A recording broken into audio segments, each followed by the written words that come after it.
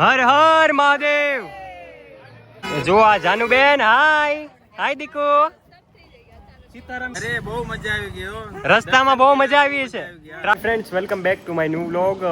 આજે છે રવિવારનો દિવસ, આઠમનો દિવસ, અને અમે જઈ રહ્યા છીએ ફેમિલી સાથે સમય પસાર કરવા માટે. અમે જઈ રહ્યા છીએ. ચાલો વ્લોગમાં અંત સુધી બન્યા રહેજો. પહોંચી ગયા છીએ સિદ્ધનાથ મહાદેવના મંદિરે. રસ્તામાં ટ્રાફિક પણ એટલી હતી. દર્શન માટેનો જે લાભો મળવો જોઈએ એવો મળશે નહીં. જુઓ,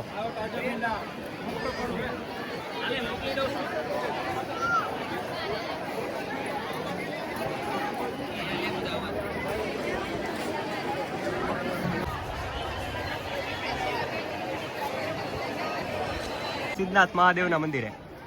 હેલો, અલગ જ માહોલ છે. બસ આ માહોલની વચ્ચે અહીંયા જુઓ આ મહાદેવનું મંદિર, સિદ્ધનાથ મહાદેવ.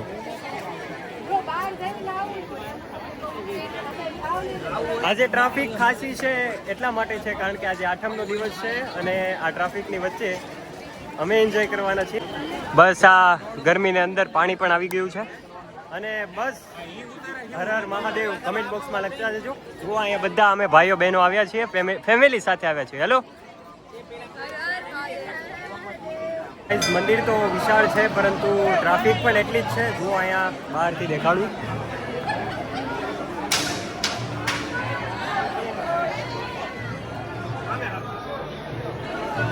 અને આ ટ્રાફિક જુઓ અહીંથી બહારથી આ મંદિર અને આ ગામડાની જે શૈલી હોય એવું આ દેખાઈ રહ્યું છે. જુઓ,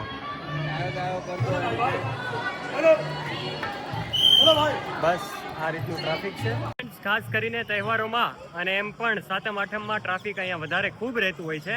ધાર્મિક સ્થાનો કોઈ પણ હોય ત્યાં ટ્રાફિક આટલું જોવા મળતું હોય છે. તમારું શું કહેવું છે નીચે કમેન્ટ કરજો. બસ ફાઇનલી મંદિરની પણ હવે બહાર નીકળી ગયા છે. આ લોકોએ તો બહારથી દર્શન કરી લીધા છે, અંદરથી દર્શન કર્યા છે. તહેવારોમાં ખાસ કરીને આ મંદિરોમાં ટ્રાફિક રહેતી હોય છે. જુઓ અહીંયા જુઓ, હર હર મહાદેવ. બસ દર્શન કરી લીધા છે. વ્લોગમાં અંત સુધી બન્યા રહેજો. ચાલો આગળના દ્રશ્યો પણ બતાવીશું. અત્યારે ટ્રાફિક ખૂબ છે પણ મજા આવવાની છે. આ મંદિરના નીચેના અને સામેના ભાગમાં આ પાછળ મંદિર છે. ઉપર ચડીને અમે ગયા હતા અને હવે અહીં નીચે આવી ગયા. જુઓ અહીંયા આ રીતનું છે આ મંદિર. બસ ફરી વખત આવી ગયા છીએ ટ્રાફિકની વચ્ચે, લોકોની વચ્ચે અને આ માહોલની વચ્ચે. ફ્રેન્ડ્સ, ધાર્મિક સ્થાનોમાં આપણે આવીએ છીએ એટલે ગંદકી બહુ હોય છે. ક્યાંક એવા લોકોની ગંદકી હોય કે જે તમને લૂંટીને બહાર મોકલે. ક્યાંક અલગ જ અત્યારે તમે જોયું જ્યારે ચાંદલો કરવાનો હતો તો 10 રૂપિયા દેતા જાવ અને ચાંદલો કરતા જાવ. આ સિસ્ટમ આવીની છે આ સિદ્ધનાથ મહાદેવની. ખરેખર આ વસ્તુ ખોટી જ છે. શ્રદ્ધા અનુસાર લોકો મૂકતા હોય પણ સામે ચાલીને 10 રૂપિયા એ લોકો મુકાવરાવે છે અને પછી ચાંદલો કરી દે છે. ખરેખર આ તિલક કરાવવા માટે અહીંયા રૂપિયા છે. કહેજો કોમેન્ટમાં તમને શું લાગે છે, આ સાચું છે ખોટું એ કોમેન્ટ કરજો. તો ફ્રેન્ડ્સ, અહીંયા બહાર પાર્કિંગમાં અમારી ગાડીઓ પાર્ક કરી હતી ત્યાં આવી ગયા છીએ. અહીંયા અમારા ભાણીબેન પણ બેઠા છે. એને આજ ખૂબ આમ જલસો પડી ગયો એવું લાગે છે. જુઓ, હાય કહી દે. હાય જાનુ, હાય કહી દો. તરસ લાગી છે ને? પણ પાર્કિંગમાં પહોંચી ગયા છીએ. મંદિરમાં ખૂબ ટ્રાફિક હતી, પાર્કિંગમાં પણ એટલી ટ્રાફિક છે. બસ આ માહોલની અંદર હવે અહીંથી બીજા મંદિરે જવાનું અમે નક્કી કર્યું છે. ખાસ કરીને એક 4 વ્હીલ અમારી સાથે હતી, કાકાની 4 વ્હીલ સાથે હતી. કાકાને પણ ખૂબ તકલીફ પડી છે. તો બસ કાકાને પૂછીએ, કાકા કેવો રહ્યો એક્સપિરિયન્સ? અરે બહુ મજા આવી ગઈ હો.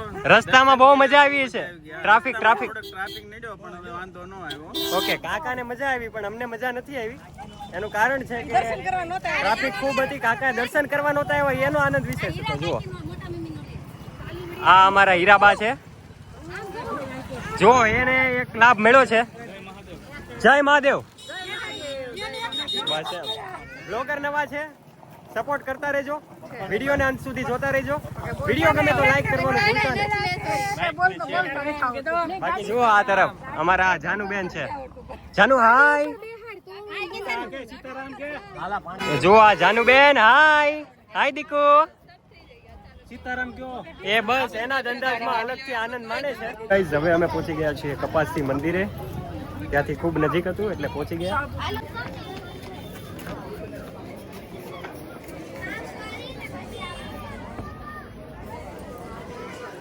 આવી ગયા છીએ કપાસી હનુમાન દાદાનું મંદિર છે અને બસ દર્શન કરવા માટે પહોંચી ગયા છીએ. ચાલો અંદર તમને પણ દર્શન કરાવીએ.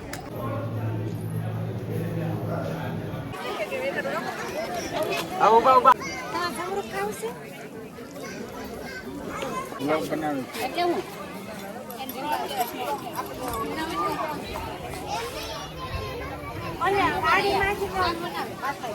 બસ બધા બેસી ગયા છીએ. સરસ મજાની જગ્યા છે, કપાસી હનુમાન દાદાનું મંદિર છે અને અહીંયા પટાંગણ છે વિશાળ, અને ત્યાં બેસી શકાય અને પરિવાર સાથે એન્જોયમેન્ટ કરી શકાય એટલો સરસ મજાનું અહીંયા વાતાવરણ છે. જુઓ, અહીં બેસીને બધાએ અલ્પાહાર લીધો છે. હવે સમય શરૂ થાય છે ફોટોગ્રાફીનો, તો ચાલો હવે ફોટોગ્રાફી કરી લઈએ થોડી ઘણી. તો આ તરફ ચાલુ થઈ ગઈ છે ફોટોગ્રાફી. જુઓ, સરસ મજાનો પોઝ આપીને ચારે તરફ જુઓ, જ્યાં જુઓ ત્યાં અલગ અલગ આઈફોન, બધા પાસે આઈફોન છે એટલે કેમેરામેનની કોઈ અહીંયા કમી નથી. ચારે તરફ જ્યાં જુઓ ત્યાં બધા ફોટોગ્રાફી કરે છે. ચાલો હવે થોડાક સમયમાં જ અમે અહીંથી નીકળવાના છીએ. ગમશે દોસ્ત? બસ શાંતિ. કેટલા ફોટા એકય પાસે આઈફોન નહોતો. નહોતો ત્યારે એક પણ વ્યક્તિ પાસે આઈફોન નહોતો, પણ ભગવાનની દયા છે, બધા પાસે આવી ગયો છે. પ્રત્યેક વ્યક્તિ પાસે અત્યારે આઈફોન છે. બસ ઈશ્વરની કૃપા હોય ત્યારે જ આ બધું શક્ય બન્યું હોય. બસ આવીને આવી રીતે સપોર્ટ કરતા રહેજો. બસ હવે અહીંથી અમે નીકળી રહ્યા છીએ. બધાને ખૂબ સારો એવો એક્સપિરિયન્સ પણ થયો છે. હવે અહીંથી જવાનું છે અમારે ડિનર માટે, તો બધા રેડી થઈ ગયા છીએ. જુઓ,